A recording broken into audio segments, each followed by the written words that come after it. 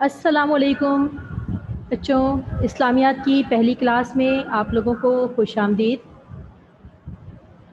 میں ہوں آپ کی مس طیار، آپ لوگ مجھے اچھے سے جانتے ہیں۔ سب سے پہلے اللہ کے مبارک نام سے، بسم اللہ الرحمن الرحیم۔ شروع اللہ کے پاک نام سے جو بڑا مہربان نہایت رحم والا ہے۔ سب سے پہلے ہم جو ہے وہ بات کریں گے اپنی کتاب کے بارے میں، اسلامیات کی فہرست الجزء الاول۔ ہماری جو اسلامیات کی کتاب ہے یہ 3 حصوں پر جو ہے وہ مشتمل ہے۔ سب سے پہلے ہے منہدی القرآن الکریم، قرآن کریم کا حصہ ہے جس میں ہمارے پاس سورہ انفال، سورہ احزاب اور سورہ ممتحنہ جو ہے وہ شامل ہے۔ اس میں سورہ انفال کے اگر دیکھیں تو سورہ انفال کے ایک الدرس الاول الف، الدرس الاول ب، الدرس الاول جیم، یہ 3 رکوع ہم اس مہینے اگست میں پڑھیں گے۔ پھر الدرس الثانی الف، الدرس الثانی ب یعنی دوسرا سبق، الدرس الثانی جیم، درس کہتے ہیں سبق کو، ثانی دوسرا، الدرس الثانی دوسرے سبق کا، دال یعنی چوتھا حصہ، یہ ہم اگلے مہینے پڑھیں گے۔ اس کے بعد ہے الدرس الثالث، تیسرا سبق، اس کا الف، ب اور جیم، یعنی یہ سورت جو 10 رکوع پہ مشتمل ہے یہ ہم جو ہے پہلے سیمسٹر میں پڑھیں گے۔ اس کے بعد سورہ احزاب اور سورہ ممتحنہ پڑھیں گے۔ دوسرے حصے میں الجزء الثانی ہے جس میں من ہدی الحدیث، اس میں 20 احادیث کا ترجمہ تشریح پڑھیں گے۔ اس کے بعد موضوعاتی مطالعہ ہے جس میں 8 اسباق شامل ہیں، قرآن مجید کا تعارف، حفاظت اور فضائل، اللہ تعالیٰ اور اس کے رسول اکرم صلی اللہ علیہ وآلہ وسلم کی محبت و اطاعت پہ بات کریں گے۔ علم کی فضیلت و اہمیت ہے، زکوٰۃ کی اہمیت اور مصارف ہیں، طہارت اور جسمانی صفائی ہے، صبر و شکر اور ہماری انفرادی اور اجتماعی زندگی ہے، عائلی زندگی کی اہمیت ہے اور ہے ہجرت و جہاد۔ یہ 8 اسباق ہیں جو ہمارے شامل نصاب ہیں۔ آئیے اب ہم چلتے ہیں اپنے پیپر پیٹرن کی جانب، جو ہمارا بورڈ کا نیو پیپر پیٹرن ہے۔ اس میں دیکھیے اسلامیات لازمی جماعت نہم اور دہم، کل نشانات ہیں اس کے 75۔ حصہ الف کثیر الانتخابی سوالات یعنی MCQs پہ مشتمل ہے جو کہ مخصوص وقت میں دیا جاتا ہے، یہ 15 نمبر کا ہے۔ اس کے بعد حصہ ب ہے جو کہ مختصر سوالات پر مبنی ہے جو 36 نمبر کے ہوتے ہیں۔ اس میں سوال نمبر 2 یعنی اس میں قرآن آیات اور اس کے ترجمے اور احادیث اور ان کے ترجمے ہوتے ہیں۔ کل 4 قرآن آیات دی جاتی ہیں اور 4 ہی احادیث دی جاتی ہیں، ان میں سے کل 5 عبارات کے ترجمے کرنے ہوتے ہیں۔ ہر ترجمہ 2 نمبر کا ہوتا ہے اور یہ ہوتا ہے سوال 10 نمبر کا۔ سوال نمبر 3 مختصر سوال و جواب پر مبنی ہوتا ہے جو کہ اسباق اور جو ہے صورتوں اور جو ہے احادیث میں سے ماخوذ سوالات پہ مشتمل ہوتا ہے۔ یہ کل 8 سوالات دیے جاتے ہیں جن میں سے 6 کرنے ہوتے ہیں، ہر سوال 3 نمبر کا ہوتا ہے اور یہ سوال کل 18 نمبر کا ہوتا ہے۔ سوال نمبر 4 میں اصطلاحات کی وضاحت کی جاتی ہے، مختلف قسم کی اصطلاحات دی جاتی ہیں جیسے شر الدواب، مہیمن، حج مبرور، اور اس کی جو ہے وہ وضاحت کرتے ہیں۔ 6 دی جاتی ہیں، 4 کرنی ہوتی ہے، ہر اصطلاح 2 نمبر کی ہوتی ہے اور یہ کل 8 نمبر کا سوال ہے۔ پھر حصہ جیم یعنی آخری حصہ ہے تفصیلی سوال و جواب کا جو کہ 24 نمبر کا ہے۔ اس میں 5 سوالات دیے جاتے ہیں، لانگ سوالات ہوتے ہیں، تفصیلی جوابات ہوتے ہیں، مفصل جوابات ہوتے ہیں جو کہ 3 کرنے ہوتے ہیں، ہر سوال 8 نمبر کا ہوتا ہے۔ اس طرح سے یہ 24 نمبر کا ہوتا ہے اور یہ ہوتا ہے ہمارا 75 نمبر کا کل پیپر۔ اب ہم آتے ہیں اپنے ٹاپک کی جانب۔ سب سے پہلے جو ہم قرآن پاک میں پڑھیں گے وہ ہے سورۃ الانفال۔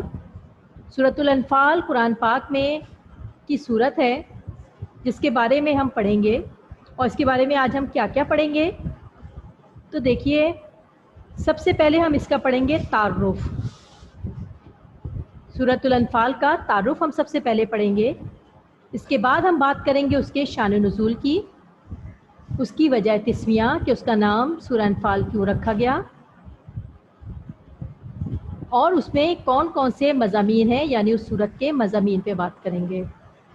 اچھے سے سمجھ لیجئے گا، کتاب میں یہ چیزیں نہیں ہیں، لیکن اگر آپ یہ چیزیں سمجھ جائیں گے، اس کا تعارف، اس کا شان نزول، اس کی وجہ تسمیہ اور مضامین صورت، تو آپ کو سورۃ الانفال کو سمجھنے میں بہت زیادہ مدد ملے گی۔ اب ہم بات کرتے ہیں سورۃ الانفال کے تعارف کے بارے میں۔ تعارف میں ہے کہ سورۃ الانفال قرآن مجید کی 8ویں سورت ہے۔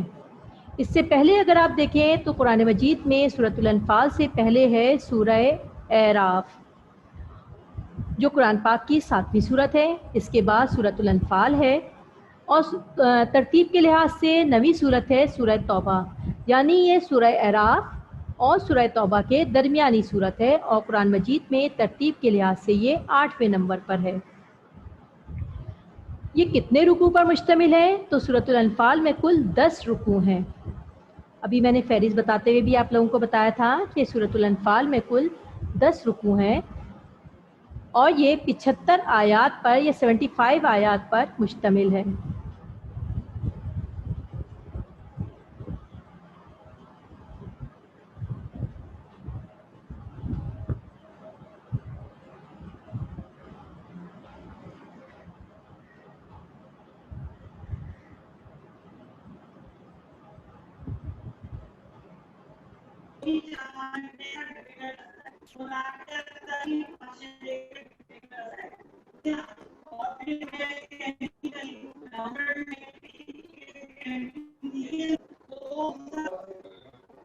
نے کہا وہ میں برائے نکلا تو میں وہاں پہ نیٹ کی کلاس نہیں ہوں۔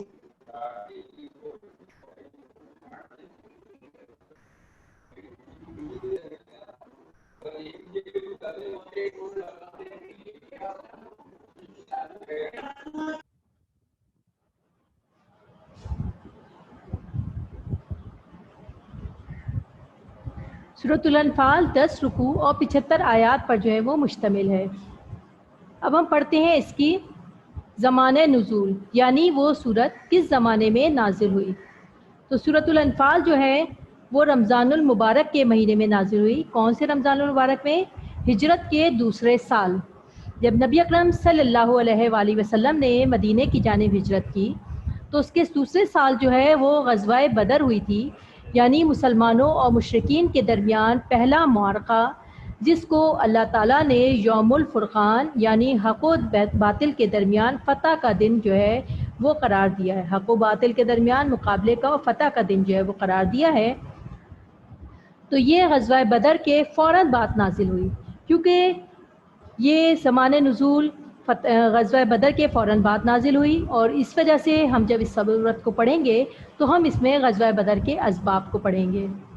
زمانہ نزول کے بعد مقام نزول، کہ یہ صورت کس مقام پر نازل ہوئی، تو ابھی میں نے آپ لوگوں کو بتایا تھا غزوہ بدر کے فوراً بعد نازل ہوئی۔ اس سے پتہ چلتا ہے کہ سورۃ الانفال جو ہے وہ مدنی صورت ہے اور مدینے میں نازل ہوئی ہے۔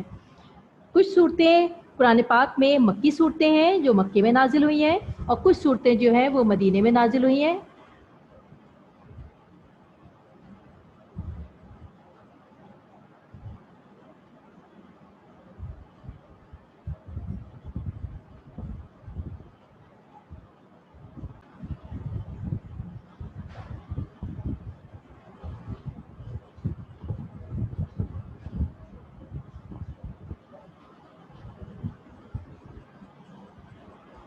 یہ دیکھیے بیٹا، میں نے ابھی آپ لوگوں کو بتایا تھا غزوہ بدر کا، تو یہ ہے بدر کا کنواں۔ بدر کا کنواں یہ وہ کنواں ہے جہاں پہ جس کے قریب جو ہے یہ جنگ لڑی گئی تھی، غزوہ بدر۔ میں نے آپ لوگوں کو بتایا تھا کہ سورہ انفال پڑھنے سے پہلے ہمیں جو ہے غزوہ بدر کا پس منظر اور اس کے واقعات کی جانب جو ہے وہ ضرور جانا پڑے گا، کہ غزوہ بدر کیوں ہوئی اور اس کے دوران جو ہے وہ کیا ایسے واقعات پیش آئے کہ جو اس کی نزول کا سبب بنے تھے۔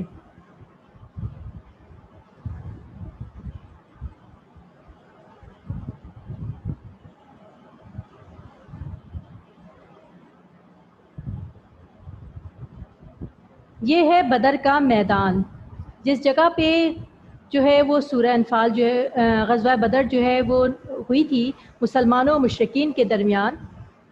اس کی وجہ کیا تھی؟ غزوہ بدر کا پس منظر کیا تھا؟ اس کا پس منظر تو اس دن سے شروع ہو گیا تھا جس دن سے نبی اکرم صلی اللہ علیہ وآلہ وسلم نے اعلان نبوت کیا تھا۔ تو مکہ مکرمہ میں وہ لوگ جو نبی اکرم صلی اللہ علیہ وآلہ وسلم کو بہت زیادہ چاہتے تھے، اسلام کی وجہ سے ان کے جانی دشمن بن گئے کہ وہ یہ چاہتے، کیونکہ اسلام جو ہے ان کے باطل خداؤں کو رد کرتا تھا، وہ ایک اللہ کو عبادت کرنے پہ مجبور کرتا تھا۔ اس وجہ سے مکے کے لوگ نبی اکرم صلی اللہ علیہ وآلہ وسلم اور تمام مسلمانوں کے دشمن بن گئے اور مسلمانوں کو طرح طرح سے ایذا دینی شروع کر دی۔ یہی وجہ ہے کہ نبی اکرم صلی اللہ علیہ وآلہ وسلم نے مسلمانوں کو حبشہ کی جانب جو ہے وہ ہجرت کا حکم دیا۔ اسی کی وجہ سے ہجرت حبشہ اولا اور ہجرت حبشہ ثانیہ، یعنی دونوں ہجرت جو ہے وہ 5ویں نبوی یعنی نبوت کے 5ویں سال اور 6ٹھے سال جو ہے وہ شروع ہوئی، لیکن وہاں بھی جو ہے حالات جو ہے میسر نہ آ سکے، تو مسلمانوں پہ عرصہ حیات بہت تنگ کر دیا گیا۔ تو نبوت کے 7ویں سال نبی اکرم صلی اللہ علیہ وآلہ وسلم اپنے چچا حضرت ابو طالب کے ساتھ اور تمام مسلمانوں کے ساتھ جو ہے ایک گھاٹی میں محصور ہو گئے جسے شیب ابی طالب کہا گیا۔ 3 سال تک نبی اکرم صلی اللہ علیہ وآلہ وسلم اور تمام مسلمان اس گھاٹی میں محصور رہے تاکہ کافر جو ہیں وہ انہیں نقصان نہ پہنچا سکیں۔ نتیجتاً جب یہ معاہدہ ختم ہوا تو نبی اکرم صلی اللہ علیہ وآلہ وسلم 10 نبوی میں یعنی نبوت کے 10ویں سال جو ہے وہ اس گھاٹی سے باہر آئے اور جو ہے مسلمانوں کے اوپر پھر بھی اچھا وقت نہ رہا اور مسلمانوں پہ عرصہ حیات تنگ کرتے رہے۔ نبی اکرم صلی اللہ علیہ وآلہ وسلم نے طائف کی جانب جو ہے وہ رجوع کیا اور طائف کے سفر پہ گئے، لیکن طائف کے باشندوں نے بھی نبی اکرم صلی اللہ علیہ وآلہ وسلم کے ساتھ کوئی اچھا سلوک نہ کیا، بڑا ہی ناروا سلوک کیا وہاں کے لوگوں نے، اور نبی اکرم صلی اللہ علیہ وآلہ وسلم پر جو ہے وہ بڑی ہی جو ہے وہ جو ہے ان پہ تشدد کیا گیا، جس کی وجہ سے نبی اکرم صلی اللہ علیہ وآلہ وسلم نے دوسرے علاقوں کی طرف رجوع کیا۔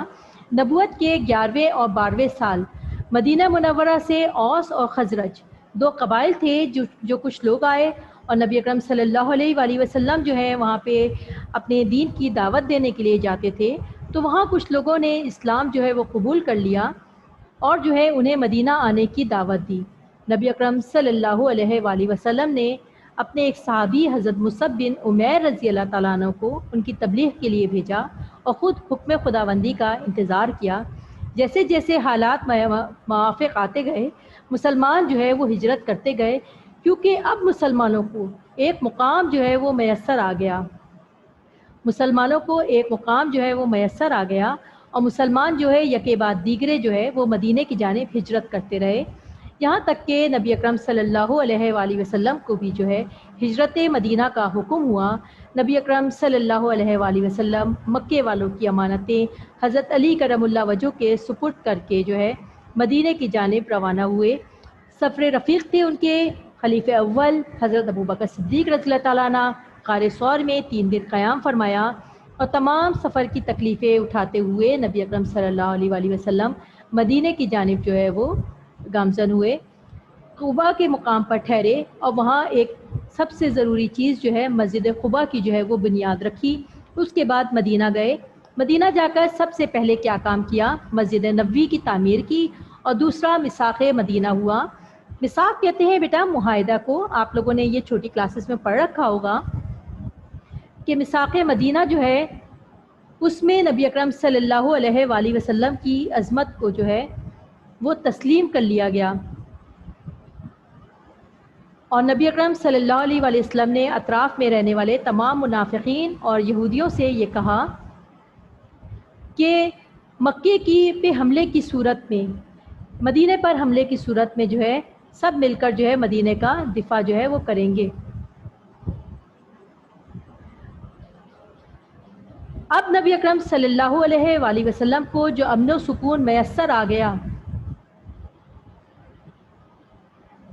تو نبی اکرم صلی اللہ علیہ وآلہ وسلم نے چھوٹے چھوٹے سے دستے اطراف کے علاقوں میں جو ہے وہ بھیجنے شروع کر دیے۔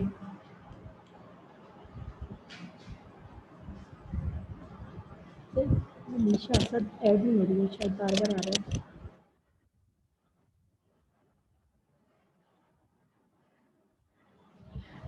تو اطراف کے علاقوں میں جو ہے وہ بھیجنے شروع کر دیے، اور اسی طرح سے ایک دستہ جو ہے نبی اکرم صلی اللہ علیہ وآلہ وسلم نے جو ہے وہ حضرت عبداللہ بن جہیش رضی اللہ عنہ کی سرداری میں بھیجا.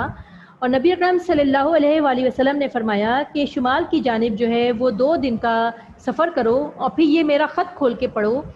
تو نبی اکرم صلی اللہ علیہ وآلہ وسلم کے جو صحابی تھے حضرت عبداللہ بن جہیش رضی اللہ عنہ، انہوں نے ایسا ہی کیا. تو اس خط میں لکھا تھا کہ مقام نخلا میں جو ہے وہ قیام کرو اور قریش کی نقل و حرکت پہ نظر رکھو. اس وقت جو ہے جب وہ وہاں پہ مقیم ہوئے، ان کے ساتھ 2 اور لوگ تھے، یہ 3 سواروں پہ مشتمل دستہ تھا. وہاں سے قریش کا ایک چھوٹا سا قافلہ گزر رہا تھا. یہ رجب سن 2 ہجری کی بات ہے، جو کہ اشہر حرام یا حرام مہینوں میں ہے، شامل ہے یہ مہینہ. اور اس میں قتل و غارت گری اور خون ریزی جو ہے وہ منع ہوتی ہے، جنگ نہیں کیا کرتے تھے اس دوران جو ہے لوگ. تو اس میں نبی اکرم صلی اللہ علیہ وآلہ وسلم کے صحابہ کرام کا یہ دستہ جو ہے اس میں اور قریش کے قافلے میں مٹبھیڑ ہو گئی، جس کی بنا پر ایک عرب کا سردار عامر فہری مارا گیا. وہ عرب کے معززین میں سے شامل تھا اور ایک شخص گرفتار ہو گیا. یہ دستہ جب واپس جو ہے نبی اکرم صلی اللہ علیہ وآلہ وسلم کی قیادت میں آیا، ان کے پاس آیا، تو نبی اکرم صلی اللہ علیہ وآلہ وسلم نے اس چیز کو ناپسند فرمایا. لیکن اسی دوران قریش کا ایک اور تجارتی قافلہ جو ہے وہ مکے سے شام کی طرف جا رہا تھا. یہ ایک بہت بڑا تجارتی قافلہ تھا جس کی سپہ سالاری جو ہے، جس کی سرداری جو ہے اس وقت ابو سفیان کر رہے تھے، جو اس وقت تک ایمان نہیں لے کر آئے تھے. تو ابو سفیان جو ہے ان کے قافلے کا پیچھا کرنے کے لیے بھی ایک دستہ جو ہے نبی اکرم صلی اللہ علیہ وسلم نے روانہ کیا. لیکن حضرت ابو سفیان جو ہے وہ بڑی تیز رفتاری کے ساتھ جو ہے وہ اس میں نکل گئے، اور جو ہے نبی اکرم صلی اللہ علیہ وآلہ وسلم نے جو ہے وہ پیش بندی کی. لیکن ابو سفیان جب واپس آ رہے تھے تو انہیں خدشہ پیدا ہوا کہ ان کے پاس 50 ملین دینار کا جو ہے وہ سامان ہے، تو ایسا نہ ہو کہ مسلمان جو ہے اسے لوٹ مار کر لیں اور ان سے وہ سامان چھین لیں، کیونکہ شام کا راستہ مدینے سے ہو کر گزرتا تھا، مدینے کے اطراف سے گزرتا تھا. تو انہیں یہ خدشہ پیدا ہوا کہ مسلمان جو ہے وہ اس کو لوٹ نہ لیں. اس لیے انہوں نے ایک جو ہے تیز رفتار قاصد مکہ بھیجا اور کہا کہ جلدی کرو جلدی کرو، مسلمان ہمارے قافلے کو لوٹنے والے ہیں. یہ قافلہ اور عامر فہری کی ہلاکت کا واقعہ ساتھ ساتھ جو ہے وہ عرب تک پہنچا. اس وقت عرب میں جو ہے سردار تھا ابو جہل. ابو جہل جس کا اصل نام عمر بن ہشام تھا، اور یہ عمر بن ہشام اسلام دشمنی میں اتنا زیادہ آگے بڑھ گیا تھا کہ اپنے اصل نام کی جگہ عمر بن ہشام جو ہے وہ ابو جہل کے نام سے جو ہے وہ مشہور ہو گیا. اسے تو موقع چاہیے تھا کسی نہ کسی طریقے سے مدینے پر حملہ کرنے کا، چنانچہ یہ موقع اسے مل گیا اور اس نے فوراً آنن فانن ایک لشکر تیار کیا جس میں 900 اونٹ تھے، 100 گھوڑے تھے، 1000 مسلح افواج تھے. خواتین کو اور شاعروں کو بھی ساتھ لے لیا تاکہ عرب پیچھے نہ ہٹ سکیں. یہ مسلح گروہ 1000 لوگوں کی ساتھ اور ابو جہل کی قیادت میں جب روانہ ہوا تو اس وقت نبی اکرم صلی اللہ علیہ وآلہ وسلم کے چچا حضرت عباس رضی اللہ تعالیٰ عنہ، گو کہ وہ اسلام نہیں لائے تھے لیکن اپنے بھتیجے سے محبت کرتے تھے، انہوں نے ایک تیز رفتار قاصد کے ذریعے سے مدینے خبر بھیجی کہ مکے سے ایک مسلح لشکر آ رہا ہے. تو یہ قاصد اور لشکر تقریباً ساتھ ہی نبی اکرم صلی اللہ علیہ وآلہ وسلم کے دربار میں پہنچے. جب یہ خبر نبی اکرم صلی اللہ علیہ وآلہ وسلم کے پاس پہنچی تو نبی اکرم صلی اللہ علیہ وآلہ وسلم نے مسجد نبوی میں مجلس شورا منعقد کی. مجلس شورا کسے کہتے ہیں؟ مشاورت کی مجلس، جو نبی اکرم صلی اللہ علیہ وآلہ وسلم نے تمام صحابہ کرام کو جو ہے وہ ایک جگہ جمع کیا اور ان سے پوچھا کہ مدینے پر حملہ ہونے والا ہے اور منافقین کفار جو ہے وہ ایک مسلح لشکر کے ساتھ آ رہے ہیں، ہمیں کیا کرنا چاہیے. اس موقع پر حضرت علی کرم اللہ وجہ، حضرت عمر فاروق رضی اللہ تعالیٰ عنہ، حضرت حمزہ رضی اللہ تعالیٰ عنہ وغیرہ نے بڑی جانثارانہ تقریریں کی. لیکن نبی اکرم صلی اللہ علیہ وآلہ وسلم جانتے تھے کہ مہاجرین یہاں پہ قلیل تعداد میں ہیں اور انصار زیادہ ہیں، اس لیے نبی اکرم صلی اللہ علیہ وآلہ وسلم خاموش رہے۔ نبی اکرم صلی اللہ علیہ وآلہ وسلم کی خاموشی کو محسوس کرتے ہوئے حضرت مقداد رضی اللہ تعالیٰ عنہ اٹھے اور انہوں نے فرمایا، یا رسول اللہ، اگر آپ کا اشارہ ہماری طرف ہے تو ہم موسیٰ علیہ السلام کی قوم کی طرح یہ نہیں کہیں گے کہ جو ہے تم اور تمہارا خدا جا کے لڑو، بلکہ ہم آپ صلی اللہ علیہ وآلہ وسلم کے دائیں بائیں آگے پیچھے اس وقت تک لڑیں گے جب تک کہ ہمارے جسم میں خون کا ایک قطرہ بھی باقی ہے۔ حضرت جابر رضی اللہ تعالیٰ نے فرمایا، یا رسول اللہ، اگر آپ ہمیں حکم دیں گے تو ہم سمندر میں کود پڑیں گے، اگر آپ ہمیں آگ میں کودنے کا حکم دیں گے تو ہم آگ میں کود پڑیں گے، لیکن کسی موقع پہ بھی آپ کا ساتھ نہیں چھوڑیں گے۔ نبی اکرم صلی اللہ علیہ وآلہ وسلم نے تبسم فرمایا، یعنی مسکرا اٹھے اور لشکر کی تیاری کا حکم دیا۔ مسلمان بڑے بے سر و سامانی کی حالت میں تھے۔ اس وقت کل 311 مسلمان تھے، جو کہ صرف 70 گھوڑے اور 2 اونٹوں پر مشتمل تھے اور زیادہ تر غیر مسلح تھے، لیکن ایمانی جوش تھا کہ کفار سے بدلہ لینا تھا، اپنے دین کی سربلندی کرنی تھی۔ یہی وجہ ہے کہ مسلمان جو ہے وہ جنگ کے لیے فوراً تیار ہو گئے، بڑے تو بڑے بچے تک، یہاں تک کہ حضرت مصعب بن عمیر رضی اللہ عنہ کے بھائی حضرت سعد بن ابی وقاص رضی اللہ عنہ کے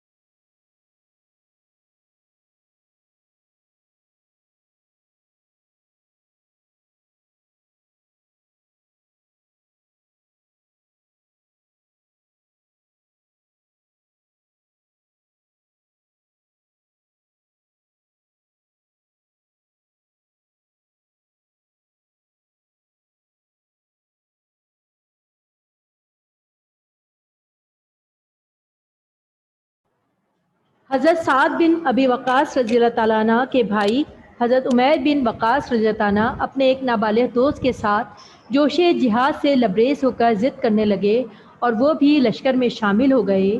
یوں مسلمانوں کے لشکر کی تعداد 311 تھی، جس کے سربراہ تھے نبی اکرم صلی اللہ علیہ وآلہ وسلم۔ کفار کے لشکر کی تعداد کتنی تھی؟ 1000 تھی، جبکہ مسلمانوں کا لشکر کتنا تھا؟ 313 تھے۔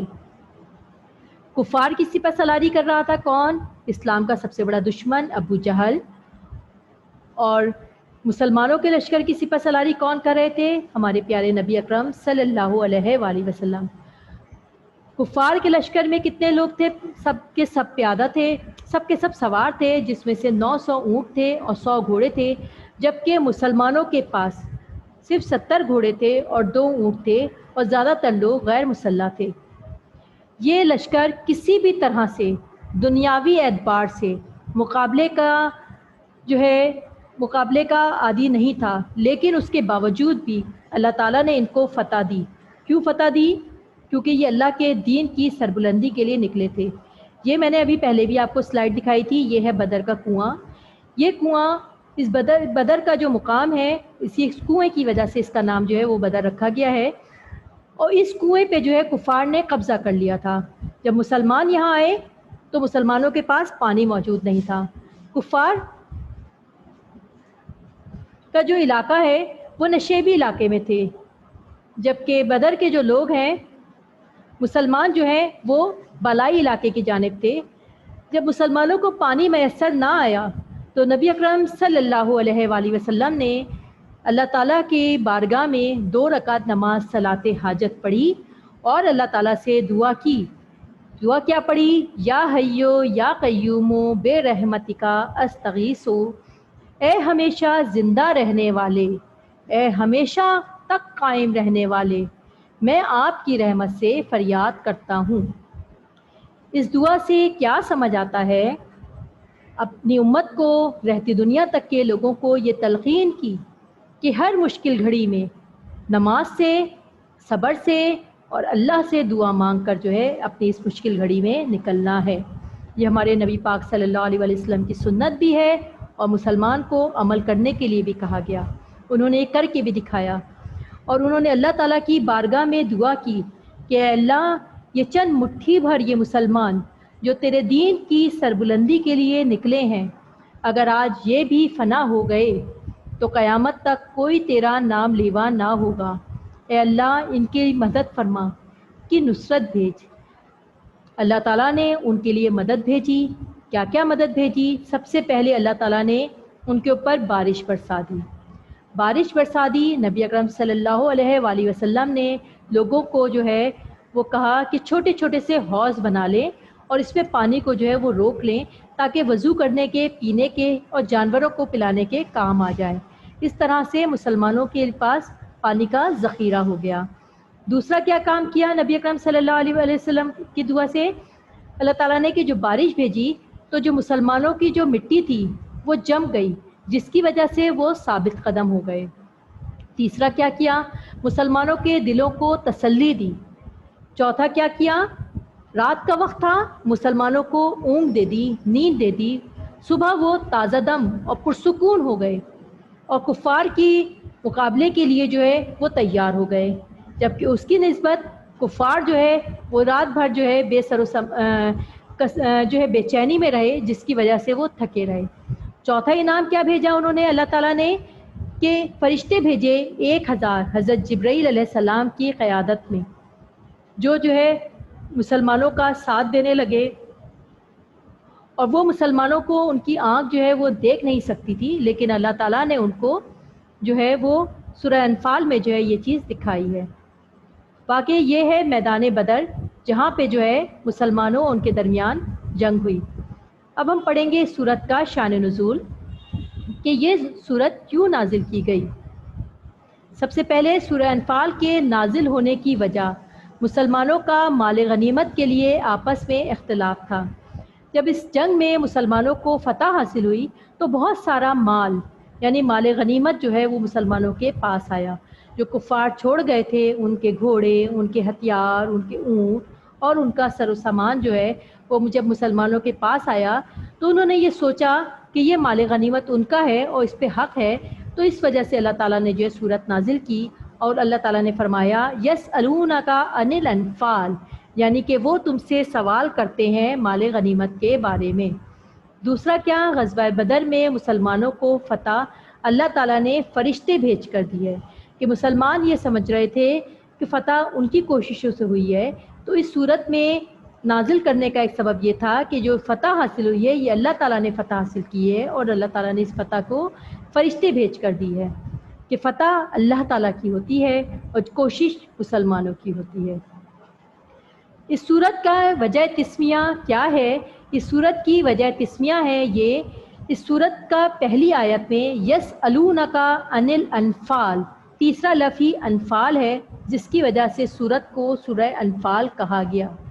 انفال کا لفظ نفل سے نکلا ہے، جس کے معنی ہے زائد یا کسی چیز کا زیادہ ہونا، کیونکہ اس صورت میں جو ہے مال غنیمت کا ذکر ہے۔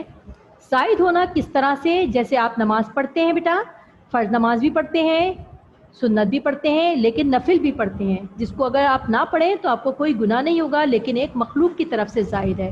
آپ فرض روزے رمضان کے رکھتے ہیں، لیکن اس کے علاوہ محرم کے عشرہ روزے رکھتے ہیں، ذی الحجہ کے یوم عرفہ کا روزہ رکھتے ہیں، اس کے علاوہ جو ہے آپ 15 شعبان کا روزہ رکھتے ہیں، یا عیدین کے جو ہے وہ روزہ رکھتے ہیں، یہ مخلوق کی طرف سے زائد ہے۔ لیکن یہ نفل یا زائد جب اللہ کی طرف سے ہے تو یہ انفال ہے، جو مال غنیمت ہے، جو اللہ تعالیٰ نے مسلمانوں کے لیے حلال کیا ہے، اس وجہ سے سورت کا نام سورہ انفال رکھا ہے۔ اس سورت کے کون کون سے مضامین ہیں، یا اس میں کس کس مضامین پہ ہم بات کریں گے؟ سب سے پہلے یہ کہ سورت الانفال میں اللہ تعالیٰ کی تائید یا ان کی مدد کا بہت بڑا حصہ تھا۔ میں نے ابھی آپ کو بتایا کہ اللہ تعالیٰ کی تائید تھی، کہ اللہ تعالیٰ نے بارش بھیجی، اللہ تعالیٰ نے نیند طاری کی، اللہ تعالیٰ نے مسلمانوں کو دلوں کو مستحکم کیا، اللہ تعالیٰ نے فرشتے نازل فرمائے، اللہ تعالیٰ نے مسلمانوں کی تعداد کو کفار کو زیادہ کر کے دکھایا، اور اللہ تعالیٰ نے کفار کی تعداد کو مسلمانوں کو کم کر کے دکھایا، تاکہ مسلمانوں کا حوصلہ بڑھ جائے اور کفار کا حوصلہ پست ہو جائے۔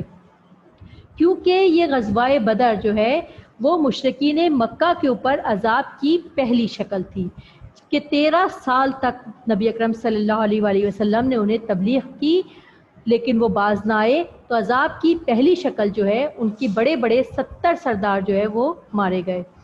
اس لیے سورۃ الانفال میں بتایا گیا کہ سورۃ الانفال میں اللہ تعالیٰ کی تائید کا بہت بڑا حصہ ہے، اللہ تعالیٰ کی مدد کا بہت بڑا حصہ ہے۔ اس لیے مسلمان کیا کریں؟ اللہ تعالیٰ پر توکل کریں، اللہ تعالیٰ پر بھروسہ کریں، اللہ تعالیٰ پر ہی کو ہی اپنا سب کچھ سمجھیں، تو پھر اور اللہ تعالیٰ کی اطاعت کریں۔ جب اطاعت کریں گے، بھروسہ کریں گے، تو ایسے کامیابی ان کو ملتی رہے گی۔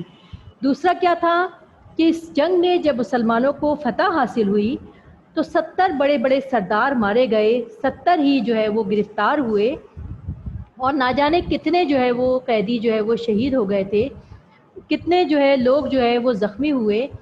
تو جو قیدی جو بنا لیے گئے تھے 70، ان لوگوں کے لیے جو ہے نبی اکرم صلی اللہ علیہ وآلہ وسلم نے مشورہ کیا کہ ان قیدیوں کے ساتھ کیا سلوک کیا جائے۔ تو اس وقت حضرت ابو بکر صدیق رضی اللہ تعالیٰ عنہ نے مشورہ دیا کہ ان قیدی کیونکہ یہ ہمارے بھائی ہیں، بھتیجے ہیں، کل کو یہ اسلام لے کر آ سکتے ہیں، تو ان کو فدیہ یعنی کچھ رقم کے عوض جو ہے وہ چھوڑ دیا جائے۔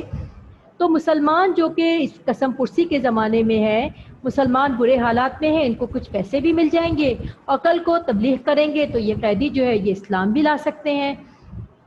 حضرت عمر فاروق رضی اللہ تعالیٰ نے مشورہ دیا کہ تمام قیدیوں کو قتل کر دیا جائے، اور جتنے بھی قیدی ہیں ان کو ان کے رشتہ دار خود قتل کریں۔ ابو بکر کا بیٹا قیدی ہے،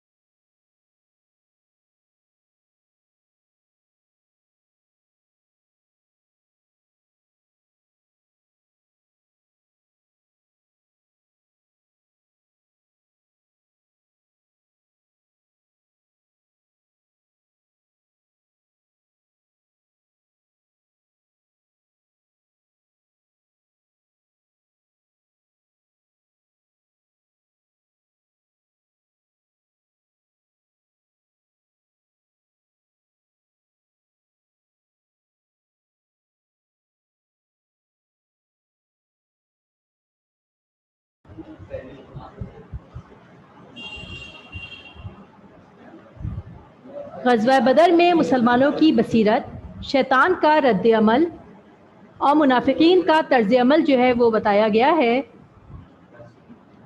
کہ مسلمانوں کی بصیرت، کہ مسلمانوں کو اس دوران ہر صورت میں انہوں نے اللہ تعالیٰ کے اوپر توکل کیا، اور جو بھی مشکل حالات درپیش آئے ان پر جو ہے انہوں نے اللہ پر توکل کیا، اللہ پر بھروسہ کیا، اور اپنے عمل میں عمل پیرا رہے۔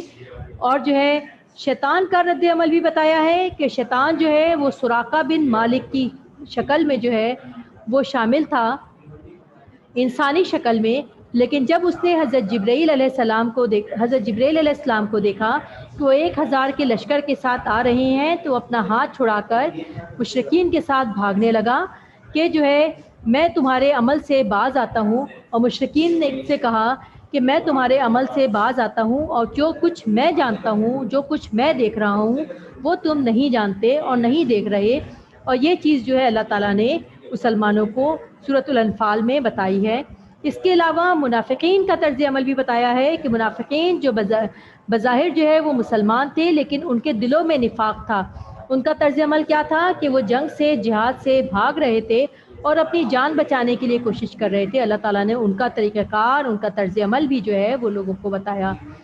اس کے بعد اس صورت میں اللہ تعالیٰ نے فرعون اور آل فرعون کی ہلاکت کے بارے میں بتایا۔ فرعون اور آل فرعون کون تھے؟ فرعون جو ہے وہ قبطی تھے جو کہ بنی اسرائیل پر حکومت کرتے تھے۔ یہ دور تھا حضرت موسیٰ علیہ السلام کا، کہ حضرت موسیٰ علیہ السلام کے زمانے کا جو فرعون تھا اس کا نام تھا رامسیس، اور یہ خدائی کا دعویٰ کرتا تھا۔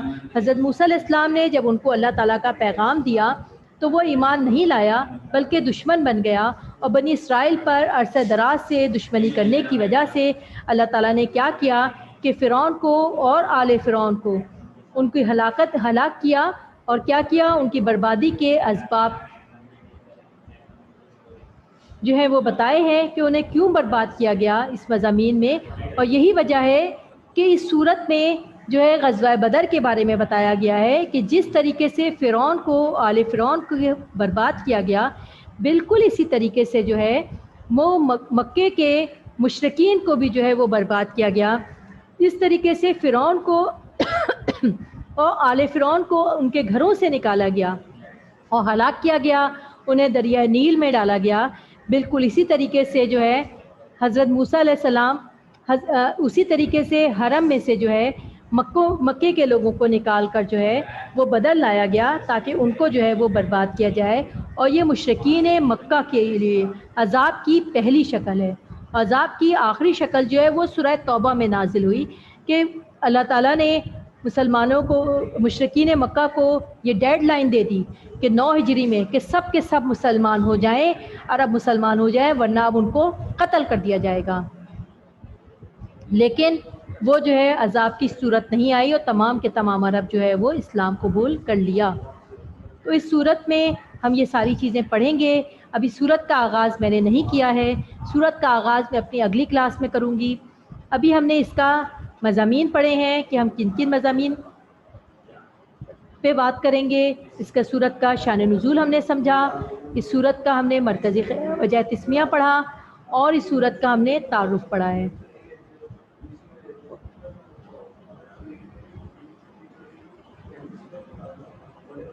امید کرتی ہوں آپ کو آج کا لیکچر اچھے سے سمجھ آ گیا ہوگا۔ یہ لیکچر سمجھنے کے بعد آپ کو صورت جو ہے وہ بہت اچھے سے سمجھ آ جائے گی۔ میں نے غزوہ بدر کا آپ کو پس منظر بتایا کہ غزوہ بدر کیوں ہوئی تھی، اس کی وجہ کیا تھی، اس کے اسباب کیا تھے، اور یہ صورت کیوں نازل کی گئی۔ اگر کوئی سوال اس دوران ہے، اسلامیات کا کوئی ہوم ورک میں آپ لوگوں کو نہیں دے رہی ہوں، اردو کا ہوم ورک آپ لوگوں کو دیا گیا ہے، اردو کا ہوم ورک کرنے کی کوشش کیجیے گا۔ اسلامیات کا ہوم ورک انشاءاللہ تعالی ہم اپنی اگلی کلاس میں دیں گے۔ اگر اب بھی کوئی چیز سمجھ نہیں آئی ہے تو وہ مجھ سے پوچھ لیجئے۔ اس کے بعد والی آپ کی کلاس ٹیسٹ کلاس ہے، لیکن کیونکہ ابھی آپ لوگوں نے اتنا اچھا سا نہیں پڑھا ہے، اس لیے اس دفعہ آپ کی ٹیسٹ کلاس نہیں ہے۔ اب آپ کی کوئی اور کلاس نہیں ہوگی، یہی 2 کلاسز تھی، اردو کی اور اسلامیات کی، جو میں نے آپ لوگوں کی لے لی۔ اب جو ہے آپ کی کوئی اور کلاس نہیں ہوگی۔ اگر کوئی کوئسچن ہے تو وہ مجھ سے پوچھ لیں.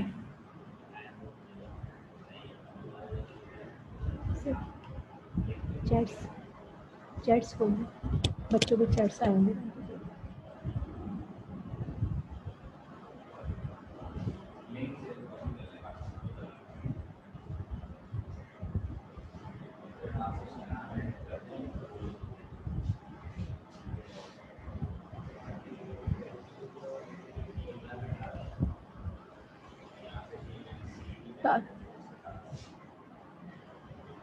تعارف مصنف آپ کو بیٹا اتنا لکھنا ہے دانیہ, جتنا جو ہے کم سے کم 2-3 لائنوں کا.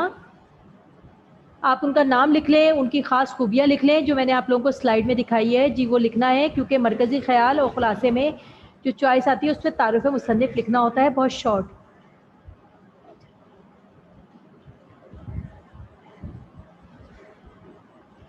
آپ کے نیٹ میں پرابلم ہو رہی ہے انس بن ظہیر, تو جو ہے آپ یہ ریکارڈنگ دیکھ لیجئے گا, آپ کو کچھ گھنٹے میں تک مل جائے گی, یہ آپ کو بہت آسانی سے آواز آ جائے گی.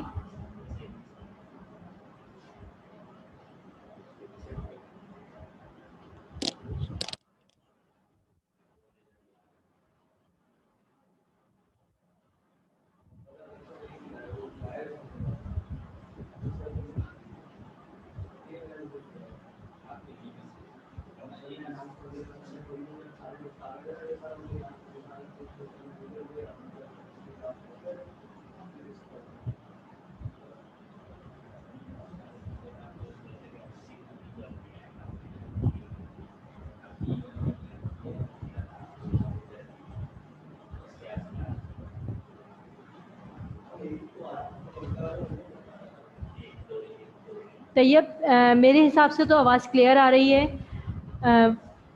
آپ کا ہو سکتا ہے کوئی اور ایشو ہو.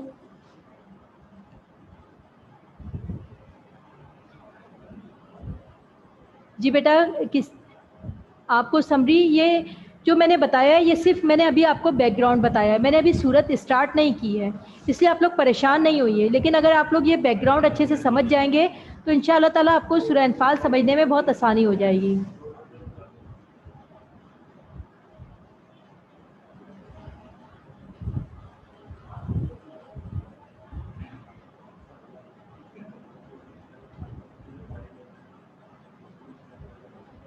جی بیٹا, میں آپ کو ریویو دے دیتی ہوں ایک چھوٹا سا, کیونکہ میرے پاس ابھی ٹائم ہے 5 منٹس کا. ان شارٹ,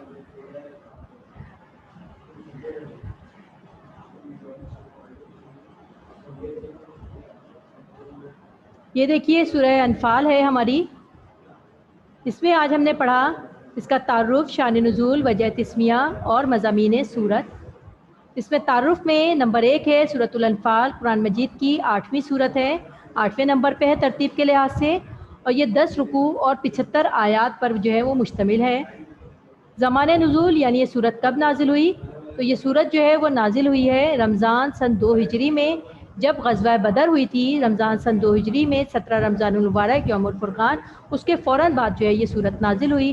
مقام نزول یعنی یہ صورت کہاں کس جگہ پہ نازل ہوئی, تو یہ مدنی صورت ہے اور یہ مدینے میں نازل ہوئی ہے. یہ ہے بدر کا کنواں, جس کی وجہ سے میدان بدر کا نام جو ہے بدر رکھا گیا, کیونکہ اس صورت میں غزوہ بدر کا ذکر ہے. تو اس کے فوراً بعد جو ہے وہ نازل ہوئی. یہ بدر کا میدان ہے جہاں پہ جو ہے وہ جنگ لڑی گئی تھی. اب ہے اس کا شان نزول کہ یہ صورت نازل کیوں ہوئی. پہلا ہے سورۃ الانفال کے نازل ہونے کی وجہ کیا تھی, کیونکہ مسلمانوں کو فتح حاصل ہو گیا تھا, ان کو مال غنیمت مل گیا تھا, تو آپس میں مال غنیمت کے لیے لڑ رہے تھے. ان کے میں اختلاف تھا کہ کچھ لوگ جو نے زیادہ حاصل کر لیا تھا, کچھ لوگ جو ہے ان کو کم ملا تھا, تو ان کا جو اختلاف تھا اس کو دور کرنے کے لیے صورت نازل ہوئی. نمبر 2 یہ کہ غزوہ بدر میں مسلمانوں کو فتح اللہ تعالیٰ نے اپنے فرشتے بھیج کر دی تھی, اللہ تعالیٰ کی مدد سے حاصل ہوئی تھی, صرف مسلمانوں سے حاصل نہیں ہوئی تھی. اس صورت میں کچھ مضامین ہیں جو ہم آگے پڑھیں گے. شارٹ میں آپ کو دوبارہ سے بتا رہی ہوں کہ سورۃ الانفال میں اللہ تعالیٰ کی تائید کا بہت بڑا حصہ تھا, اللہ تعالیٰ کی مدد کا اس میں بہت بڑا حصہ تھا. اس لیے اللہ تعالیٰ پر توکل کریں, بھروسہ کریں, کیونکہ اللہ تعالیٰ نے مدد کی ہے اس لیے ہمیشہ اللہ پر توکل کریں، اللہ تعالیٰ کی اطاعت کریں یعنی اس کی پیروی کریں، اس کا کہنا مانیں، اس کی فرما برداری کریں۔ دوسرا پوائنٹ ہے قیدیوں کو فدیہ دے کر چھوڑ دینے کے بجائے ان کو قتل کرنا پسند کیا۔ غزوہ بدر کے قیدیوں کو حضور اکرم صلی اللہ علیہ وسلم نے حضرت ابوبکر صدیق ثانیہ کے مشورے سے فدیہ دے کر چھوڑ دیا تھا، جبکہ حضرت عمر فاروق ثانیہ کا مشورہ تھا کہ ان کو قیدیوں کو قتل کر دیا جائے۔ تو بعد میں یہ جو آیات نازل ہوئی اس میں اللہ تعالیٰ نے فرمایا کہ جب تک اللہ تعالیٰ کی راہ میں جو کفار ہے ان کا خون بہا دیا جاتا تو اللہ تعالیٰ کو زیادہ یہ پسند تھا بجائے اس کے کہ پیسہ لے کر ان کو چھوڑ دیا جائے۔ تیسرا مضمون جو اس میں ہم ڈسکس کریں گے وہ ہے مال غنیمت جو مسلمانوں کے ہاتھ آیا ہے۔ مسلمان اسے ذاتی مال نہ سمجھیں کیونکہ یہ اللہ کی طرف سے زائد ہے، اسی لیے اسے انفال یعنی زائد کہا گیا ہے، بلکہ یہ مال کیا ہے، اسے اللہ اور اس کے رسول صلی اللہ علیہ وسلم کا حق سمجھیں کہ اللہ تعالیٰ کا حق ہے اور رسول صلی اللہ علیہ وسلم کا حق ہے، اور جو حصہ انہیں ملا ہے اس پر اللہ تعالیٰ کا شکر ادا کریں۔ اس کے علاوہ اس کے مضامین میں ہے کہ مسلمانوں کی اخلاقی تربیت کی گئی ہے۔ اخلاق پہ بہت زیادہ مسلمانوں کے زور دیا گیا ہے کیونکہ مسلمان اشرف المخلوقات ہیں اور ان کے اخلاق جو ہیں وہ ہر لحاظ سے بہتر ہونے چاہیے، اور انہیں بتایا گیا ہے کہ انہیں کون سا کام کرنا ہے اور کون سے کاموں سے انہیں بچنا ہے۔ اس کے علاوہ غزوہ بدر میں مسلمانوں کی بصیرت کہ ان مشکل کٹھن گھڑی میں کٹھن ترین حالات میں مسلمانوں نے کس طرح سے اللہ تعالیٰ پر توکل کیا، اللہ پر بھروسہ کیا اور نبی اکرم صلی اللہ علیہ وسلم کی اور اللہ کی پیروی کی، ان کی اطاعت کی، ساتھ ساتھ شیطان کا رد عمل، کیونکہ شیطان خود بنفس نفیس سراقہ بن مالک کی قیادت کی شکل میں جو ہے اس میں شامل تھا، اور کس طرح سے وہ حضرت جبرائیل علیہ السلام کو دیکھ کر جو ہے وہ میدان چھوڑ کے بھاگنے لگا، اور ساتھ ساتھ منافقین کا طرز عمل جو ہے وہ اس میں ہے کہ کس طرح سے وہ لوگ جو بظاہر مسلمان تھے لیکن اس مشکل گھڑی میں وہ جو ہے واپس آتے تھے کہ ہمارے جو ہے وہ گھر جو ہے وہ کھلے پڑے ہیں، اور جو ہے جہاد سے بھاگتے تھے۔ اس کے ساتھ ساتھ اس صورت میں فرعون اور آل فرعون کی ہلاکت کا بھی ذکر ہے کہ فرعون اور آل فرعون جو حضرت موسیٰ علیہ السلام کے زمانے میں تھے ان کو کس طرح سے ان کے محلوں سے نکالا اور ان کے بربادی کے کیا اسباب تھے، کیونکہ انہوں نے اللہ کی آیات کو جھٹلایا اور اللہ تعالیٰ کے ساتھ کفر کیا، تو اس وجہ سے ان کو برباد کیا، اور یہی وجہ ہے کہ مکے کے لوگوں کو بھی حدود حرم سے نکالا۔ مکہ کیونکہ حدود حرم میں تھا اس لیے اللہ تعالیٰ مدینہ انہیں جو ہے وہ بدر کے مقام پہ لے آیا اور انہیں جو ہے شکست فاش دی، اور یہ ان کے اوپر عذاب کی پہلی شکل تھی جو سورہ انفال میں جو اللہ تعالیٰ نے نازل فرمائی۔ امید ہے آپ کو آج کا لیکچر بہت اچھے سے سمجھ میں آ گیا ہوگا۔ آج کا اسلامیات کا کوئی ہوم ورک نہیں ہے، اگلی آپ کی کلاس نہیں ہے کیونکہ ٹیسٹ کلاس ہے اور ابھی آپ کا ٹیسٹ نہیں ہے، انشاءاللہ اگلے ہفتے ہم ٹیسٹ جو ہے وہ کنڈکٹ کریں گے۔ اب میں آپ سے اجازت چاہتی ہوں، اللہ حافظ۔